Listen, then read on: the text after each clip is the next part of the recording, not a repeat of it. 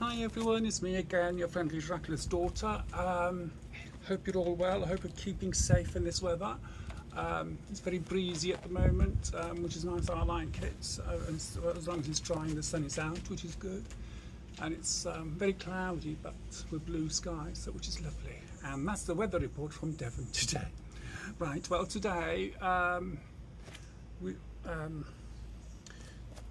in the videos I've detracted from the trans part of what the video was meant to be at the beginning.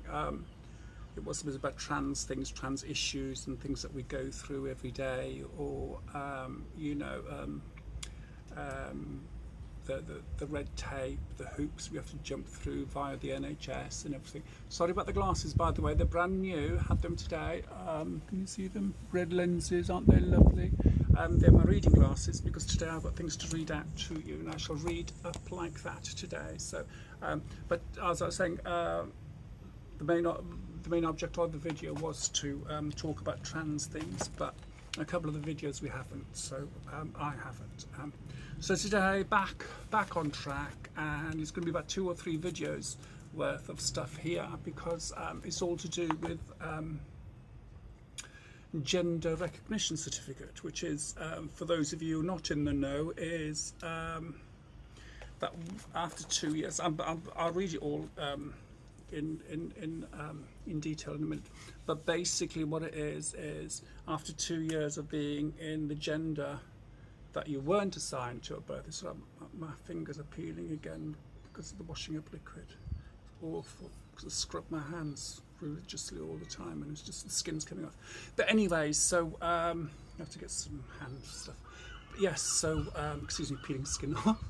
But I'm molting like the Wicked Witch. Yeah, so for those not in the know, we can, for those of us who are on the trans journey, as it were, after 2 years of living in our chosen gender, for want of a better word, one that's not assigned to us at birth, basically, we can actually have our original birth certificate, the one that our parents were given when we were born, and get it changed from male to female, or from female to male, or whatever. And then when that's done, no one can ask.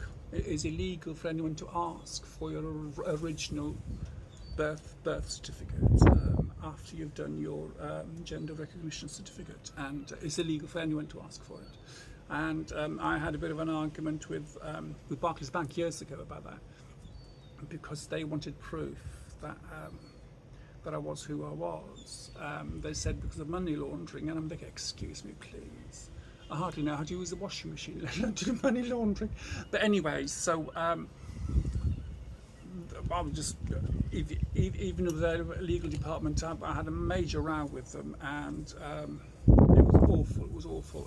And the manager of the branch I was at, well, where I was living, I told him about it, and he did it literally just like that, turned my title from Mr. to Ms., and it was literally 2 seconds. It was done, just done, and it's been like that ever since. And and that's it. So I could Miss or Mrs. or Ms., but I think I'll just call it Ms. But anyway, so the gender recognition certificate, you have to send off for it.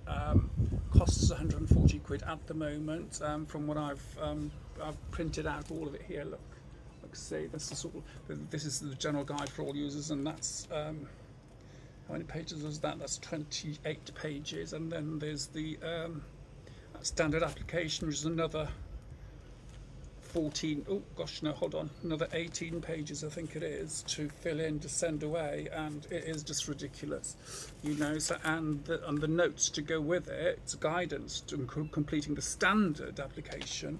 I've got 24 pages, so there's a lot to go through if you do go down that road. I personally haven't as of yet, because I cannot afford the £140 to get it done. So technically, if I get arrested and sent to prison, technically I'll be sent to an all-male prison, because technically I'm still male. because I haven't changed my certificate, so as of yet. So arrest me now, come on, get the cuffs on. I'm only joking. But anyways, so but I will do it, because I just found something on there today that if you are on certain benefits or if you're on low income, you can get financial assistance to pay for it. So I'm going to look into that more and see. But there's so much that's needed in order to do it, and it is a minefield. It really is. It's from the HM Courts and Tribunals Service. It's the and the Ministry of Justice and HM Courts and Tribunals processes personal information about you in the context of tribunal procedures, blah blah blah, whatever like that. It says here, under the laws of the United Kingdom, individuals are considered by the state to be the gender, either male or female, that is registered on their birth certificates. Right, the Gender Recognition Act 2004. Now, that's 15 years ago. This is enables transsexual people. Now, and this is what it says on here: transsexual people instead of transgender. This is transsexual. To apply to the Gender Recognition Panel to receive a Gender Recognition Certificate, GRC. If you're granted a full GRC, you will, from the date of issue, be considered in the eyes of the law to be your acquired gender. You will be entitled to all the rights appropriate to a person of your acquired gender. This will include the right to retire and receive state pension at the age appropriate to your acquired gender. Right, well, all that's changing anyway, isn't it? So, it looks like that both men and women are going to be retiring at the same age. So, it's just, it's just ridiculous. And it keeps saying transsexual instead of transgender. This shows you how old this is. Shows you how behind the times this is. They are talking about changing it. There's a big hullabaloo online about getting it changed and making it easier for people to change their gender if they choose to do so. Yes, make it easier, but don't make it easy for all, because you are going, regardless of what law or what regulation there are, you are going to get people that are going to flout that, and unfortunately that is society. They try and push the boundaries and everything, so to see how far they can go. And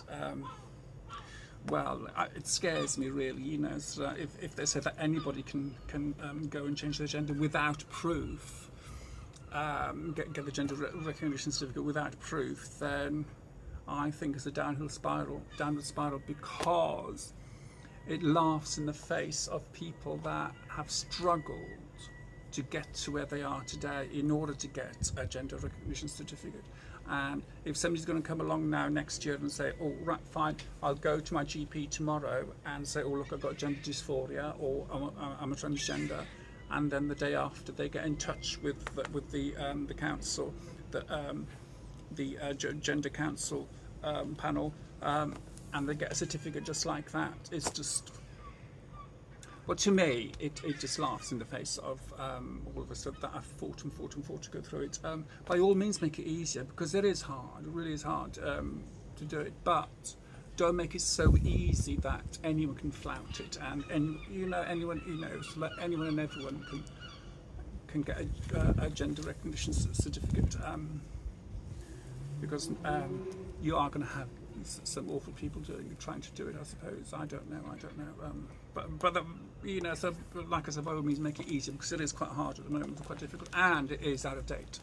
The Gender Recognition Act 2004, that's 15 years ago. Things have changed in the last 15 years, so a lot of it has changed. So I used to keep saying, for the purpose of this guidance, transsexual people, transsexual men, transsexual women, are just disgusting, because transsexual is not used anymore.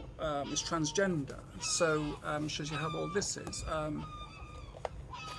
Is it gender dysphoria? Is a recognised medical condition, variously also described as gender identity disorder and transsexualism. No, transgenderism. It is an overwhelming desire to live in the opposite gender to that which a person has been registered at birth, which is, acquired gender. And I'm going to change the word transsexual to transgender now, because I'm getting quite annoyed with the word transsexual, because we're not transsexual, we're transgender. It's nothing to do with sexuality, it's to do with gender. Acquired gender refers to the gender in which a transgender person lives and presents to the world. This is not the gender that they were registered in at birth, but is the gender in which they would wish to be recognised. Gender reassignment is one of the protected characteristics under the Equality Act 2010. A person has this protected characters if they're proposing to undergo, are undergoing, or have undergone the process of reassigning their gender. Basically, that's the surgery. Equality Act 2000 therefore subject to certain exceptions, prohibits discrimination against transgender people in the provision of employment and in the provision of services. It still happens. It still happens. It happens the world over, even in this country. So, gender recognition, the process where a transgender person may apply for legal recognition, which is the certificate. Legal recognition means that a person is recognised as being of his or her or their acquired gender, as opposed to the gender that which was registered on that person's birth record when they were born. I'm going to use the they instead of he or she, because that covers it. The gender recognition panel. This is what I want to talk about. Considers all applications for a gender recognition certificate. The panel is made up of legal and medical members who assesses whether the legal medical criteria for legal recognition are met. If the applicant is successful, the panel will issue a full or an interim GRC. It is supported by an administrative team. Right, there's just loads of bump and whatever, you know, it's the basis, children, pensions, retirement, social security, inheritance, blah blah blah, which shouldn't be. No one should be affected just because you change your gender. Discrimination. I've got to pay a fee. How can I pay a fee? You can apply to get some all of your money back if you have paid a fee in the last 3 months. However, you must be eligible when you paid the fee. At the moment, applicants who are not married or in civil partnership in the civil partnership can apply for the full GRC. In addition, following the Information Marriage and Same-Sex Act 2013 and the Marriage and Civil Partnership Scotland Act 2014, many applicants who are married or in a civil partnership are now able to apply for the gender recognition without ending their marriage or civil partnership. Your eligibility will depend on where your marriage or civil partnership was registered and may also depend on whether your spouse consents to remaining in the marriage following your gender recognition. This is explained in greater detail below. Right, so basically, up until I just read this, you would have had to have a divorce from your partner before they would give you the gender recognition certificate. But now they're saying it doesn't matter. The laws of marriage civil partners 2013 also changed the Gender Recognition Act.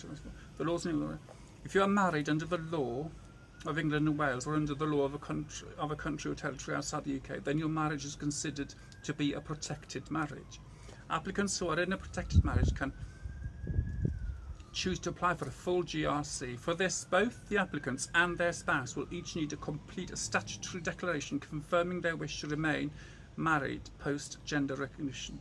If a spouse decides not to issue a statutory declaration or withdraw it before the application is dealt with, then the panel will instead issue an interim GRC, which can be used by the applicant or the spouse to end the marriage, following which a full GRC will be issued. Right, with that, now it doesn't say it here, but with that, if your spouse turns around and says, right, fine, no, I'm not accepting this, I'm not accepting you as the other gender, and you're still married, then they will send you a GRC that lasts for 6 months, I was told. Only covers 6 months, and within that 6 months you should get divorce or an annulment of your marriage. Which is silly, really, because if your spouse has been with you through it all, then and then not recognise you and the other gender, then they are the ones with the problem, not you, and they should accept you for who you are instead of waiting all the time. And you've gone through all the steps and all the hormones and then have the gender reassignment surgery if you go down that route. only to turn around and said, no, sorry, you can't have your certificate. No, I will not sign this declaration saying I'm happy with you doing it and will stay in the wedding. Why not leave beforehand? Why not get a divorce beforehand? There you go. And of course, Scotland and Northern Ireland is different as well. Right, criteria for gender recognition. Well, there you go. There's a criteria. Well, big boobs and a smile, maybe? I don't know, but of course not. No. All applicants for the GRC must be made using the GRP approved application, which is which I've got in here, form, and one of the appropriately approved statutory declaration forms that accompany this guidance. The purpose of the application form is to enable you to demonstrate to the panel that you meet the criteria for the issue of a GRC. Also make sure that the GRP has all the information it needs to issue a GRC. So basically, I will go, in order to get the certificate at the moment, you need to send about 20 million documents. Well, I'm exaggerating, it's 1,999 documents, but it is just pathetic because, especially with people like myself who've gone through it all and had the surgery, what more do you want? I'm not going to have it done and then say, all right, no, I don't want to be a woman anymore, I don't want to be female anymore, which is ridiculous, because isn't this proof enough that I've had the surgery, that I'm living as a woman? There you go. 3 ways of obtaining a GRC. The standard one, which is what I'm talking about, it's just the standard one for everybody. The alternative application track and the overseas application track. Now the alternative one I don't know. Oh, right, okay. Right. The standard application is, and all the circumstances, an applicant must prove that they, I'm going to say that now, they are 18 years old or more. At the moment it's 18, which is maybe, I don't know if it's a good or a bad thing at the moment, but there you go. The standard application track for a gender recognition certificate requires applicants to demonstrate that they have or have had gender dysphoria. Now that should be on your GP medical records, They have lived fully for the last 2 years in their acquired gender and continue to do so. Right. That doesn't mean you have to dress up as that gender 24/7. Basically, because no one's going to be outside your house or apartment or whatever like that with a pair of binoculars watching you every time you walk out the door, going, oh, look at her, she's not dressed as a woman today. Oh no, she can't have it. It's basically, if you have your utility bills, your savings in your bank account, or utility bills in the acquired gender, like in my case, everything's under Ms. now, not Mr. I still get stuff through under Mr., which is pathetic, because I'm not that person anymore. That person has moved on, let's say, yes, to pastures new, I think would be the better word. And they intend to live permanently in their acquired gender until death. Well, with me, well, it has to be, doesn't it? So, because I've had the surgery, so I'm not going to turn out, right, I'm a man now. Well, I never was a man anyway, so a lot of people will say that to you. The alternative one is just, I don't know. It's just really, I don't think that one, that doesn't do anything to us. So that one's for we're in a protected marriage or civil partnership at the time of the Gender Recognition Provisions, blah blah blah blah Act 2013, commenced 10th of December 2014. Ooh, for those in Scottish project, it's just 16th of December 2014. Right, I have to look into that. Have or have had gender dysphoria or else have undergone surgical treatment for the purpose of modifying their sexual characteristics. Well, yeah. Have lived fully in their acquired gender for a period of 6 years prior to 10th of December 2014.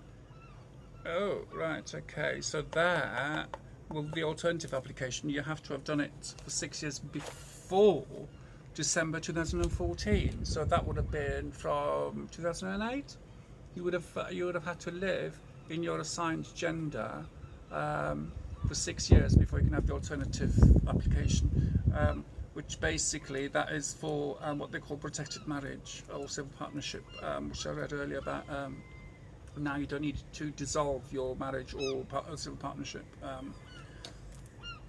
that's really, really pathetic, really. Do you know what I mean? So it still needs to be changed. That intent to live permanently required. Yes. Overseas application. Which I don't know why. And that's perhaps just a British person abroad. Right, here we go. Application process. The full GRC will be issued to a successful applicant who is neither married nor in a civil partnership, or in a protected marriage or a Scottish protected marriage, where both the couples have both issued statutory declaration of consent confirming their wish to remain in the marriage post gender recognition. That goes back to, if you're still together, then why not? Why aren't you signing the statutory declaration of consent? Because by default, if you're still in a relationship with the person after they have changed their gender, then by default you are accepting who they are, not who they were. So I just don't understand why they should get a declaration from both people. But hey, that's me. An interim one is for people in a non-protected marriage or in a non-protected civil partnership at the time of the application. Oh, grief. So that basically, if you got married or in a civil partnership after 10th of December, and it was registered after the 10th of December 2014. But anyway, so it's just a bit of a head banger, I think, is the better word. You will need to take the following steps to apply for GRC. Decide which application track. Yes. So basically the standard or the alternative, is it called? Yeah, I think it's called, yeah. Fill in the parts of the form, appropriate application, gather the evidence, and there's about 200 million letters and notes and stuff you need, and send a completely form and fee to the GRP. Blah, blah, blah. Right, if your birth was registered in the United Kingdom, the panel will also contact the Registrar General's office in the part of the United Kingdom holding the relevant birth entry. So basically, in the town or city you were born in, they will get in touch with the Registrar of Births and Deaths there, Registrar of Births, and get and find out more detail, which is on your original birth certificate anyway. That was assigned at your birth. So I don't know why they're going to get in touch with them. See, this is what I don't understand. So, and what they do will be assigned to one member of the team, who will be responsible for your application. They will try to ensure that the documentation that is put before the panel is as complete as it can be. To do this, a member of the admin team may need to contact you after you have submitted your application. So basically, if they think if they need more details from you or more paperwork, then they will get in touch and talk to you about it. They will do this if it's clear that you have not included all the information. I just said that. If you are asked to supply further information, you will normally be given 28 days to provide it. If you will not be able to provide it within 28 days, you should tell the admin team immediately. Right, a panel. Right, this is the panel now. These are the people that are going to determine the rest of your life, really. And it's not even face to face, which I think is awful. I think it's horrible. What they should do is, even especially these days, with all the video texts and everything like that, whatever you call them, you can go on. You can Skype the people and talk to them, and find out that way. So it'd be much easier, wouldn't it? So for all concerned. A panel consisting of a legal and medical panel member, depending on the type of application, will consider your application. Right, okay. Applications are almost always considered on the papers. The panel may issue directions requesting further information on documents to assist you in presenting your application. In this case, a decision on your application will be delayed until you have had an opportunity to provide. So basically, even though it says there about the admin team sorting it out for you and getting in touch with you saying, right, fine, we haven't got enough, send more. And if the panel themselves aren't happy, then they can do it as well. So why bother with the honestly, the panel's decision to grant or refuse an application will be sent to you when the panel makes its final decision. Either unsuccessful reasons will be provided, blah blah blah. So basically, even if you've sent everything that they've asked for and paid the fee of £140, which is a lot of money for a lot of us, they might. There's no guarantee that they're going to say yes. So just ridiculous, isn't it? So really ridiculous. And then if you want a new birth, marriage or civil partnership certificates, they get in touch with you, blah blah blah, whatever. Next step, if you're successful in obtaining a full certificate, they will send you information on obtaining a new birth certificate, marriage certificate, civil partnership where appropriate, which government departments you must inform. You will be required by law to inform some bodies, and which organisations you may wish to inform. Right, okay, now I've done all that anyway. Legal aid can be helped, so basically that can be done. Oh, right, here we go. If you obtain an interim GRC, which is basically, it only lasts about 6 months, I think it is, you will be sent guidance on obtaining annulment and dissolution of marriages or partnership with relevant time limits of your... yeah, and it's usually about 6 months, so I was told that before, it was 6 months, so... and who to contact for advice. It's just, all this is online under the Gender Recognition Certificate, and loads of legal aid, the Equality and Advisory Support Service. It's a free helpline providing. Gender Trust is a charity which specifically helps adults who are transgender, gender dysphoric. Oh, they've used transsexual, gender dysphoric or transgender, so I don't know why they've used transsexual and transgender. There you go. Gender, and there was one here, and I really got quite annoyed with it because I thought, how dare they? But then again, looking back, I think to myself, oh no, the reason why they've done that, it's put that on there is